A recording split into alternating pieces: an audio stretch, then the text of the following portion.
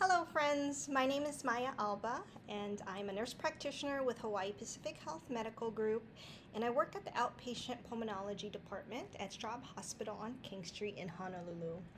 And I'm also a board member of the Hawaii COPD Coalition. So my goal today is to give you an introduction into COPD, current treatments, and COVID-19 updates as it pertains to patients with COPD. And as we've witnessed during the past year and a half, recommendations can change from week to week, day to day. So I'll be providing you with information as of August 30th when this was recorded. So what is COPD? Many, if not all of you, are familiar with this acronym, but there may be some of you who are viewing this presentation that may not know. I've had patients that were diagnosed with COPD and they had a vague understanding about COPD, but when they were sent to me from their primary care providers, they've asked me, well, what does COPD stand for? So let's begin. So C is for chronic. This means that the symptoms that they have are persistent at least for 3 months. O is for obstructive. This means that the air that travels through the lungs are inhibited. And this obstruction varies from person to person. And I'll go into this in a little bit more detail on the next slide. P is for pulmonary, which is the fancy medical term for lungs. And D is for, of course, disease. So COPD affects more than 5% of the population. And it is the 4th ranked cause of death in the United States. So because it's so common, it's so important to educate the community about COPD, since COPD is preventable and treatable. However, at this time, there's no cure for COPD, and it can get worse over time. But fortunately, there are treatments that can help. And just so you know, COPD is often used as an umbrella term for multiple conditions. So what are these multiple conditions? The two most commonly thought of are chronic bronchitis, and emphysema. So here on the picture, you could see that our airway, our trachea, is connected to our lungs, and we have a left lung and a right lung. Inside the lungs, we actually have large airways, and they're called bronchi. So here on the 4 circles on the top, you could see on the top left what healthy bronchi look like. It's an airway, it's nice and clear. In the middle of it, there's this maroon colored flower star looking thing. And that's meant to be what open airway looks like. Now on the right of that, there's an airway that's inflamed. And the airway in the middle is really narrow because of the inflammation, and it's plugged up with phlegm. So typically that's what we, could visualize what chronic bronchitis is. Underneath that, it talks about what emphysema could be visualized to be. So again, we'll look at the lung, and we see the bronchus, which are the large airways. And then it further, branches out into smaller airways called bronchioles. And at the end of the bronchioles, we all have these sacs, and these sacs, are where the oxygen and carbon dioxide get exchanged. Well, for a patient who has emphysema, those sacs get damaged. And then here you could see in the bottom right, alveoli with damaged membranes. And that's why a lot of times patients who end up having emphysema, they do get short of breath, and sometimes they eventually need oxygen. And of course, we'll go into that in a little detail a little bit later. But there is a third condition that not everybody is always familiar with, that also is part of the umbrella term of COPD, and that's asthma.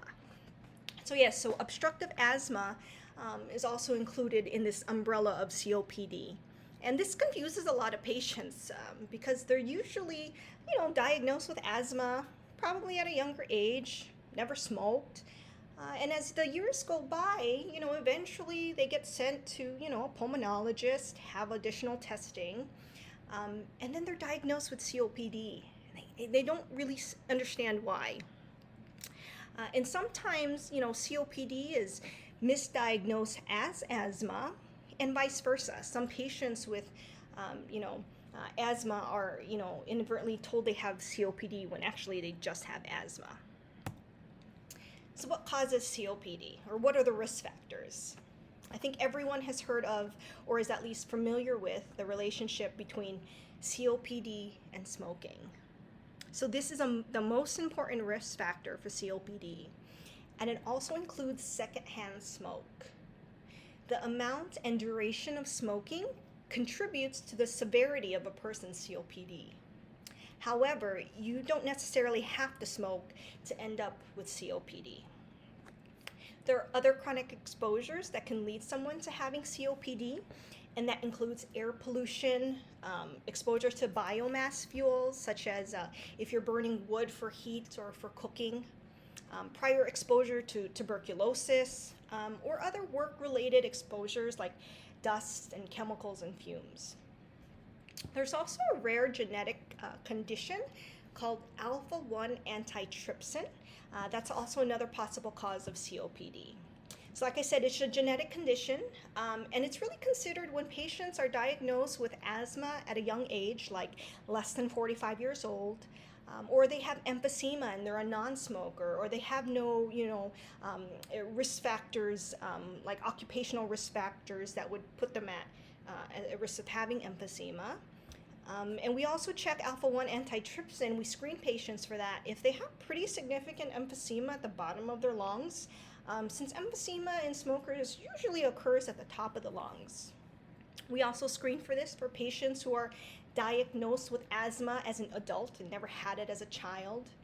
And of course, any patients with known family history of alpha-1 antitrypsin deficiency, we'll screen for that.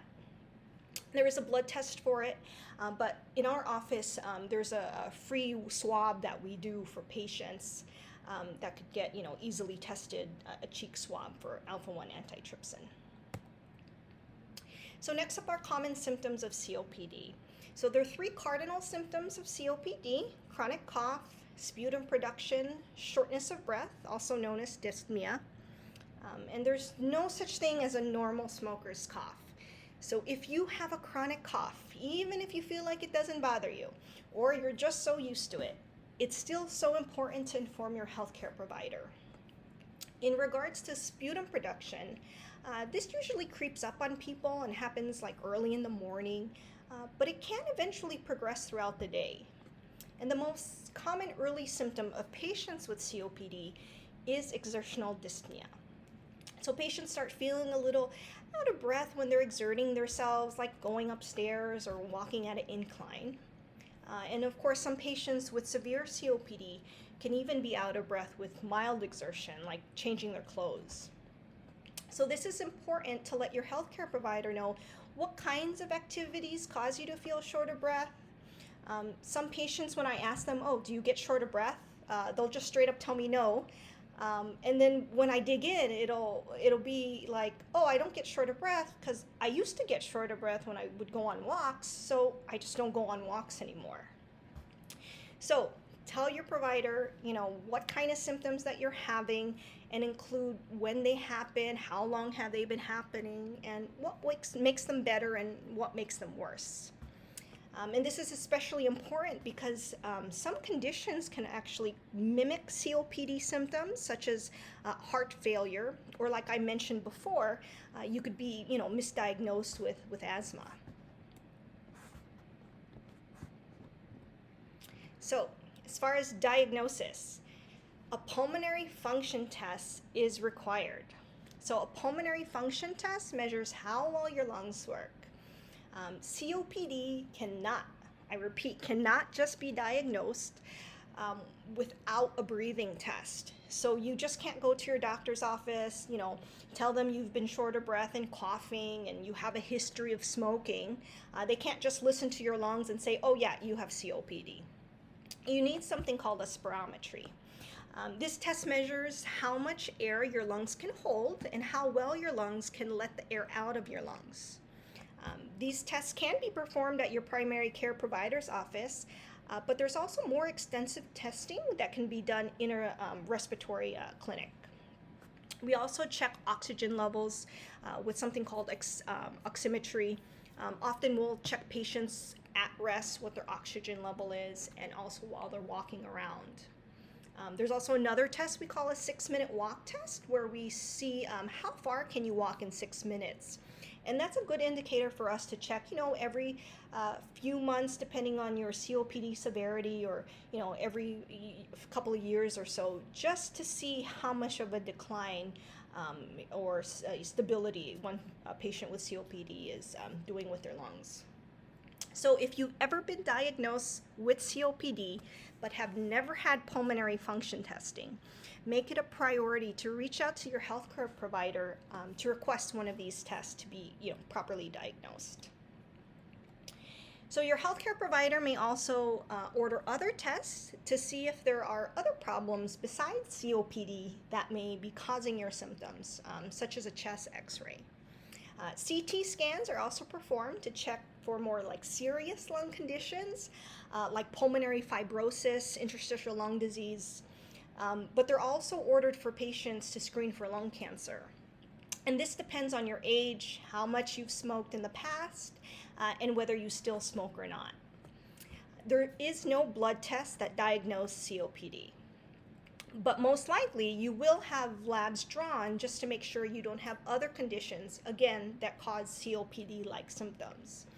And this includes checking your blood counts. Maybe you have anemia, and that's why you feel so tired or short of breath. Checking your kidney function, electrolytes, thyroid levels, and other levels related to your heart, or possibly any autoimmune disorder. Which leads us to why we also order an EKG, also known as an ECG.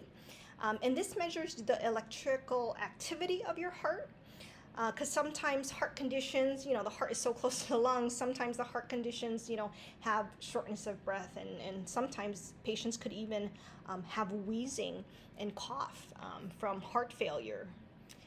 And so also we order ultrasounds of the heart to check the structure of the heart. And that's called an echocardiogram. So now that you've been diagnosed with COPD, there are treatments out there for, treating COPD. And number one treatment is lifestyle changes. And you guessed it, the number one lifestyle change is to quit smoking if you still smoke. It also includes eating a healthy diet. And pulmonologist Dr. Devereaux will be giving an excellent talk a little later about eating optimally for lung health. Staying active is also equally important. And this just doesn't mean exercise, but it also means moving around as much as you can, going for walks, taking the stairs instead of the elevator, sometimes maybe parking your car a little further than you're used to, just to get those extra steps in. And also participating in hobbies that keep you moving, like gardening or, playing pickleball. And of course, an important lifestyle change that is often overlooked is mental health. Staying positive and addressing the thoughts and feelings that you may have after being diagnosed with COPD, or any feelings that come up as you're living your life with COPD. And Dr. Baez, psychologist, will be going over this in more detail a little later on this morning in her presentation on managing depression and anxiety. All right, so treatments that we're familiar with.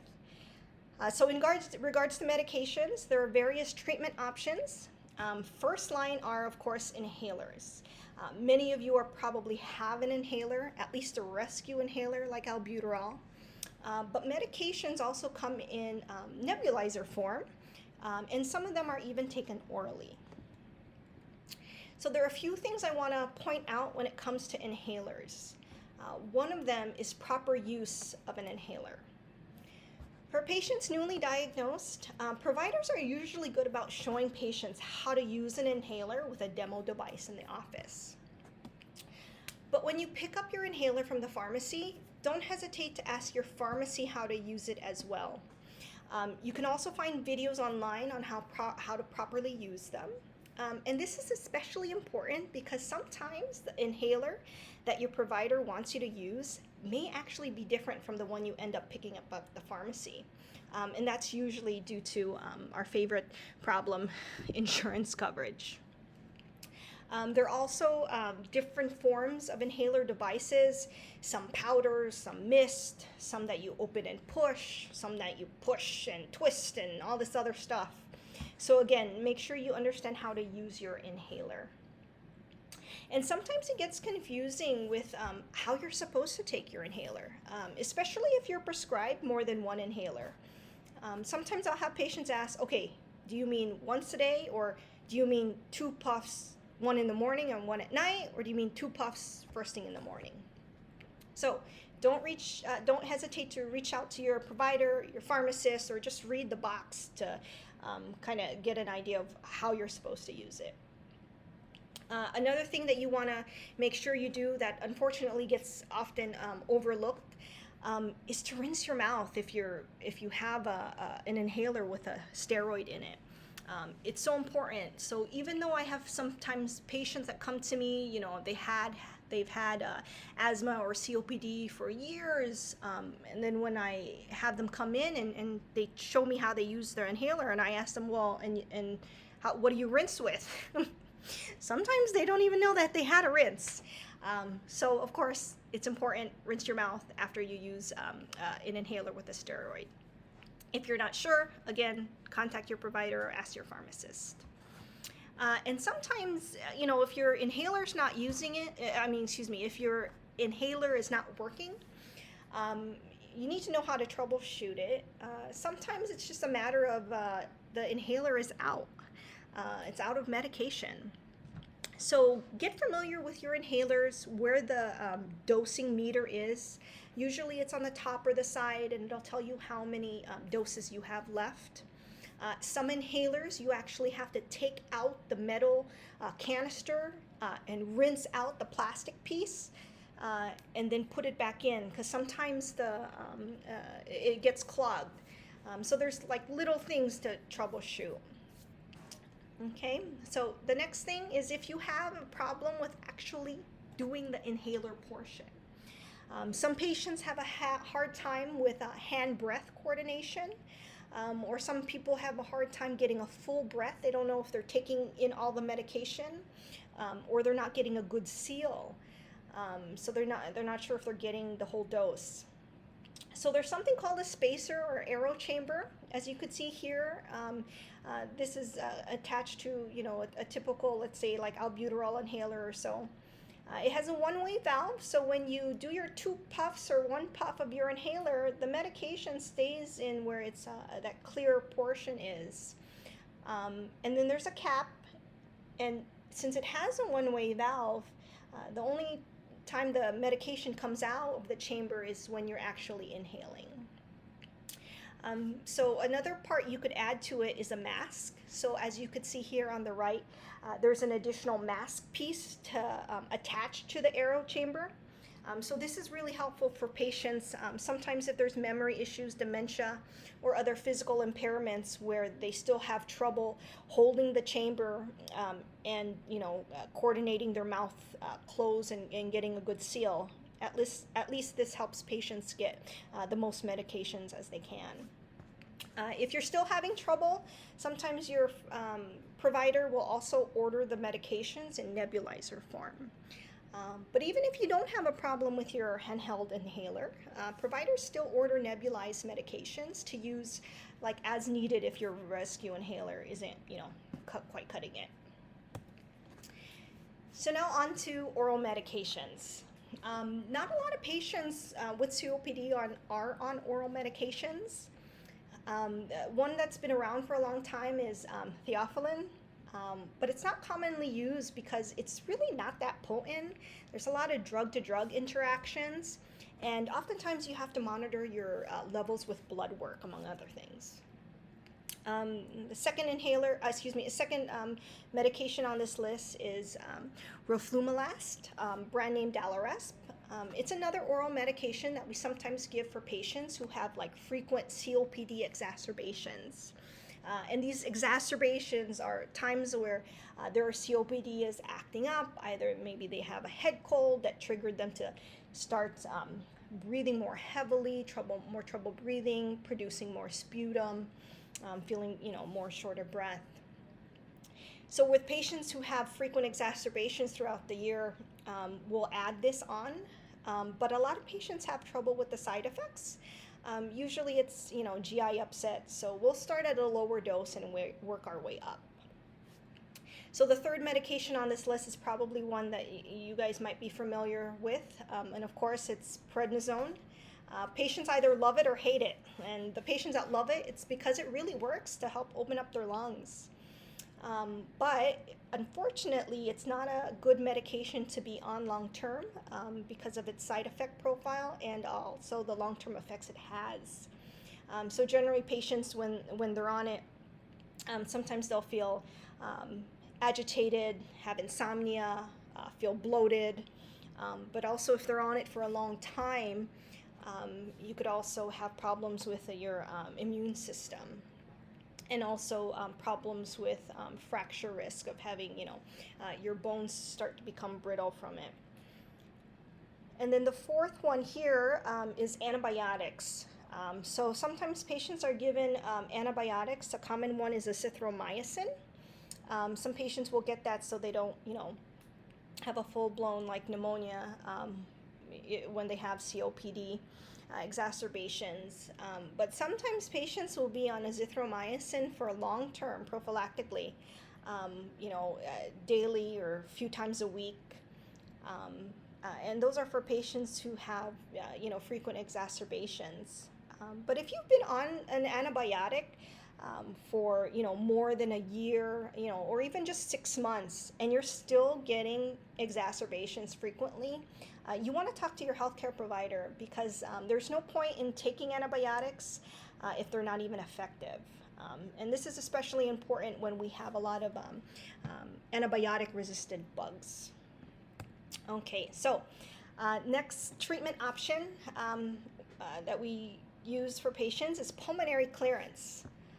So besides medications, we give non-medicated devices to patients for pulmonary clearance.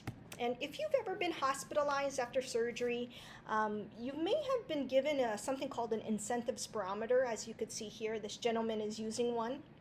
And this makes sure, after your surgery, you exercise your lungs so you don't get post-op complications like pneumonia.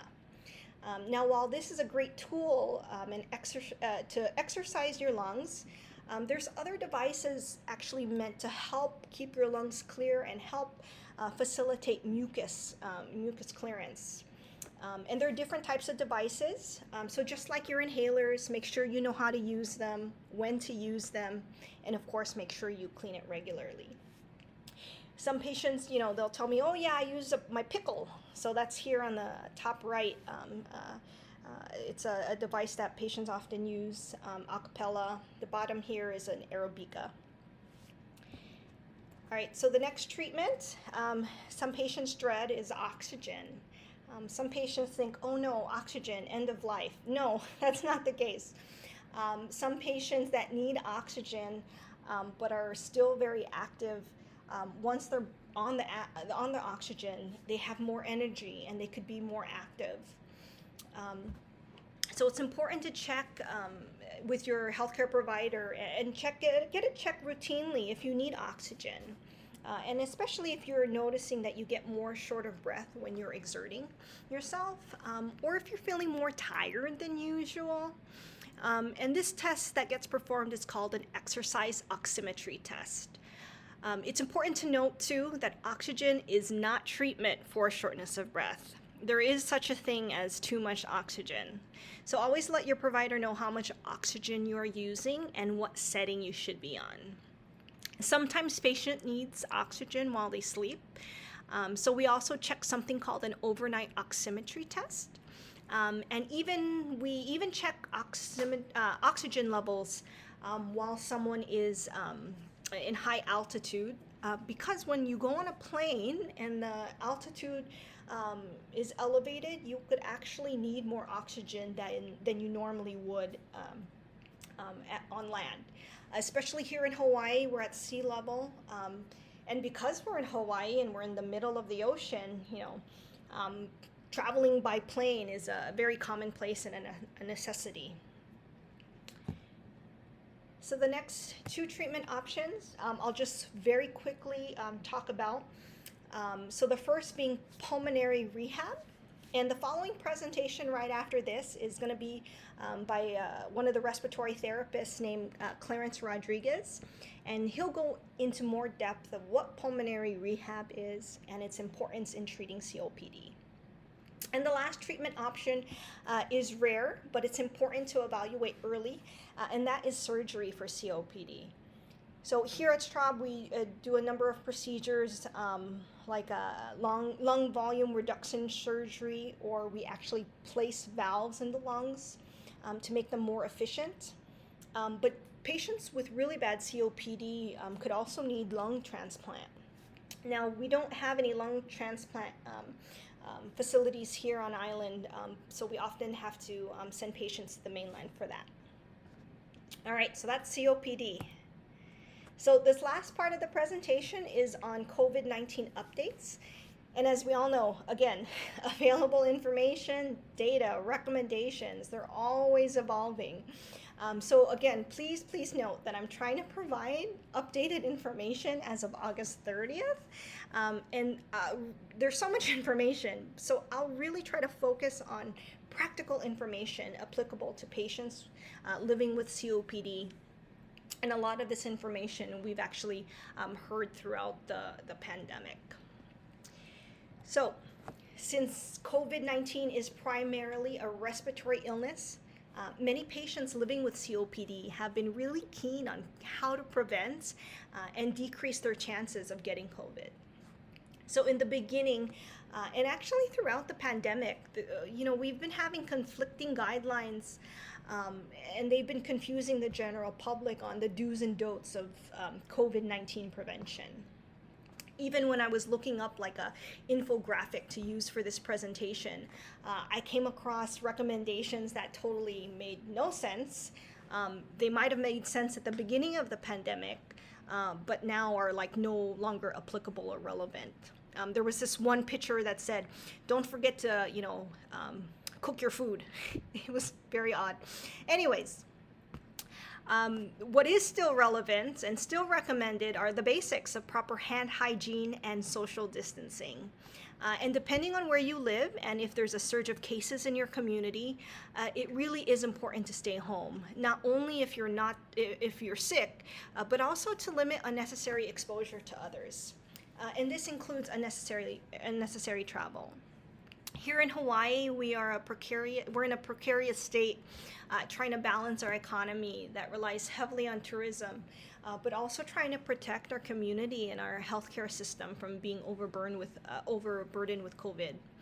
And our governor, he recently pleaded with tourists to refrain from coming to the state through October due to the recent surge in cases. And as of today, when I'm recording this, we had a record high of 1,678 cases. Comparing it to other places on the mainland, it doesn't sound so high, but here for Hawaii, that was the record high count case.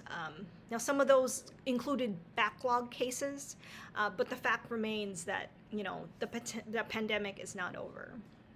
So if you do go out, continue to wear a mask, avoid large crowds, even in outdoor spaces.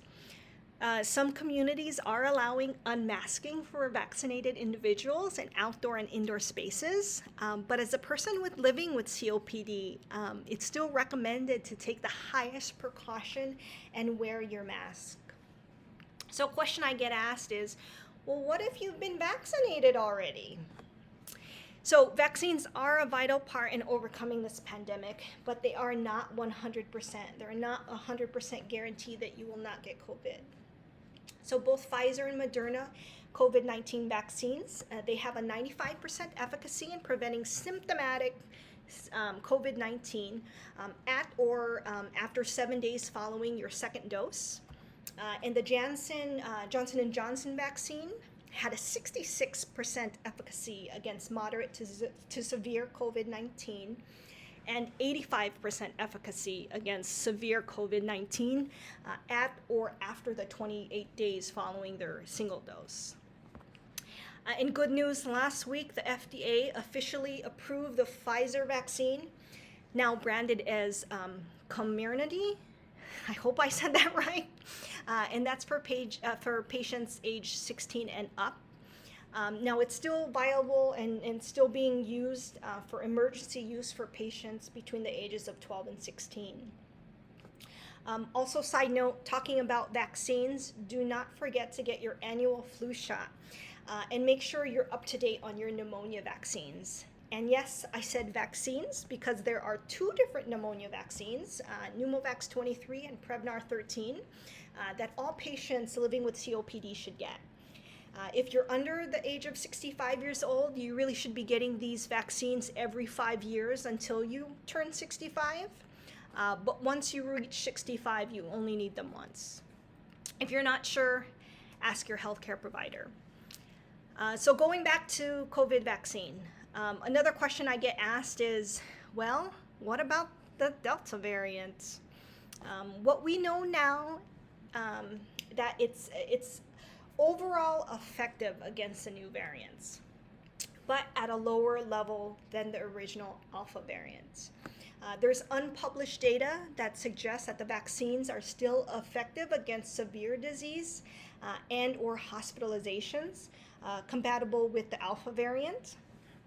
However, there is data is now suggesting that vaccine efficacy decreases over time, and that's why booster shots are now becoming recommended. So, data regarding the Delta variant has shown that it's more transmissible. You're more likely to get it if you're exposed to it. And we have yet to learn the extent of which, the current vaccines reduces the transmission rates. So because vaccine effectiveness wanes over time, and the now widely circulating Delta variant is loose, booster shots are now being recommended in immunocompromised people 8 months after their second mRNA vaccine, and that's the Pfizer or Moderna vaccine. So in regards to booster shots, currently booster shots are recommended for patients who are immunocompromised. So although you may be living with COPD, that diagnosis in itself does not qualify you for a third booster shot at this time. And this recent announcement of the third booster shot was really targeted to patients who were immunocompromised, who may have had a deficient initial response to the first two doses of the vaccine. So here on the slide, you could see a long list of who is actually considered immunocompromised. If you do fall under one of the listed categories on the slide, it's recommended that you get the same mRNA vaccine that you did with your first two shots, but if it isn't available, it's still okay to get the other one. And recently, the U.S. Department of Health and Human Services announced on August 18 that they have developed the plan to begin offering booster shots this fall for all Americans. And they're hoping that, it'll start September 20th. And of course, again, start 8 months after an individual's second dose. Most likely, as it was during the beginning of the vaccine rollout, those in the front lines, such as healthcare workers and others that are most at risk, such as residents of long-term care facilities, they'll be the ones to first be eligible for a booster dose. So currently, there's not enough data to support getting an mRNA vaccine like Pfizer or Moderna if you've previously received the Johnson & Johnson dose. But it's likely that people who did receive the J&J vaccine will need a booster. But again, we're still waiting on data for a more formal recommendation on and if and when these boosters will happen. So with the vaccines and the boosters, can we celebrate that the pandemic is over? Of course, that's a horrible, ridiculous, rhetorical question. So again, this is meant to, really hone in the fact that the pandemic is not over. So with these new variants, and another one is called the Lambda variant, there has been some limited studies that kind of show that the vaccines might not be as efficacious towards them. But again, we're still waiting on more data. But it's important to mention that there are people still getting sick with COVID despite being vaccinated. So this is not the time to throw away your mask and think that you could go back to business as usual, especially if you live in an area with high community spread like here in Oahu. So the good news is that these breakthrough infections are typically less severe.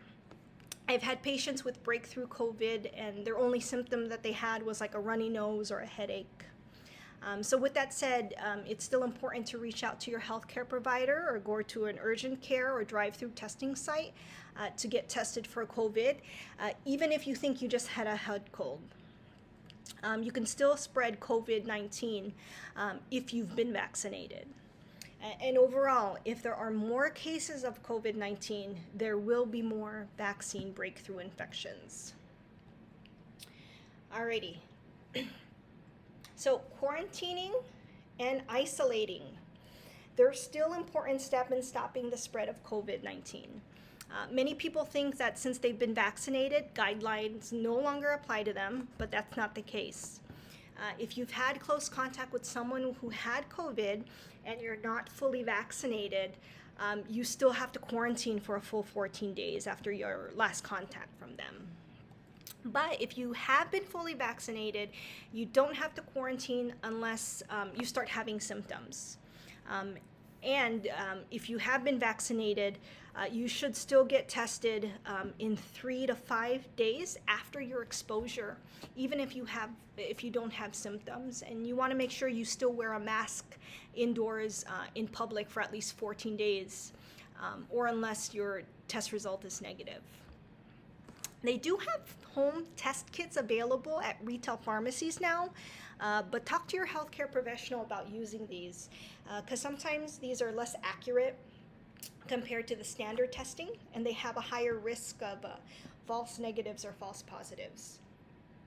So while you're quarantining, it's important to watch out for actual COVID symptoms.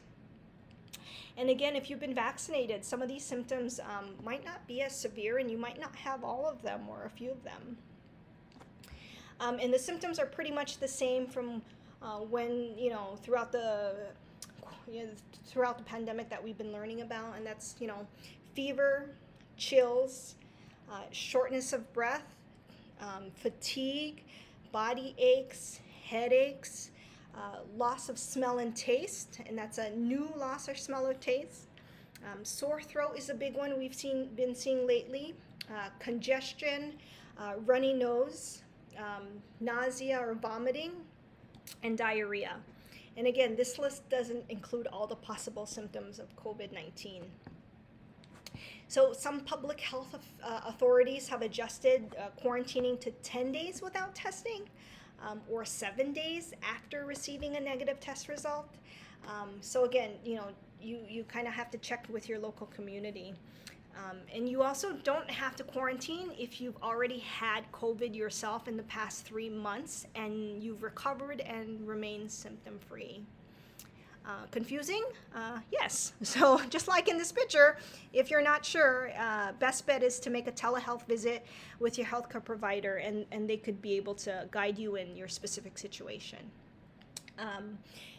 So if you're actually tested for COVID and you become positive, that's when isolation is still a important role in making sure the spread of COVID doesn't happen. And again, you need to watch out for emergency symptoms, okay? And symptoms that you want to watch out for that could be troubling is, worsening breathing, persistent pain or chest pressure, new confusion, inability to wake or stay awake, or if you have skin color changes like you're all of a sudden pale, gray, blue, and this could include your lips or nail beds too, depending on your skin tone. And when in isolation, stay in separate rooms from others if possible.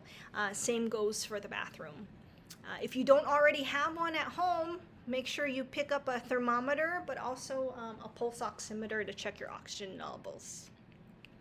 And if you do go around other people in your household while you're in isolation, make sure they wear a mask, you wear a mask, and don't share any personal household items such as cups, towels, and utensils.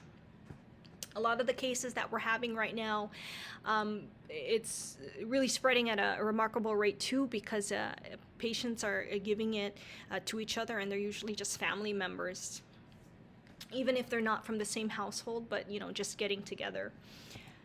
So, COVID treatments. I would love to have new and exciting information on outpatient treatment breakthroughs for COVID-19, but unfortunately it still remains the fact that there's no standard treatment or magic pill for patients with COVID.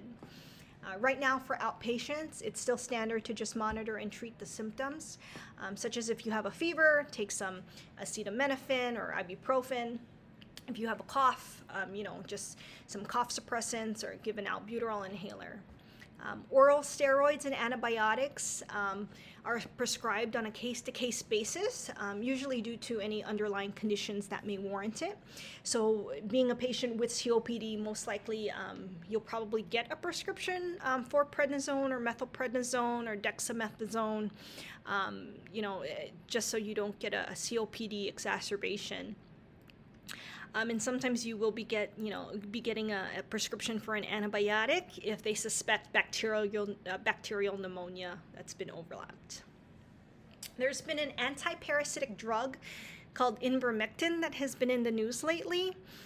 So there have been studies that look promising, but, and this is a big but, the findings are limited due to the design of the studies, very small sample size, and the general lack of detail on the safety and efficacy of ivermectin.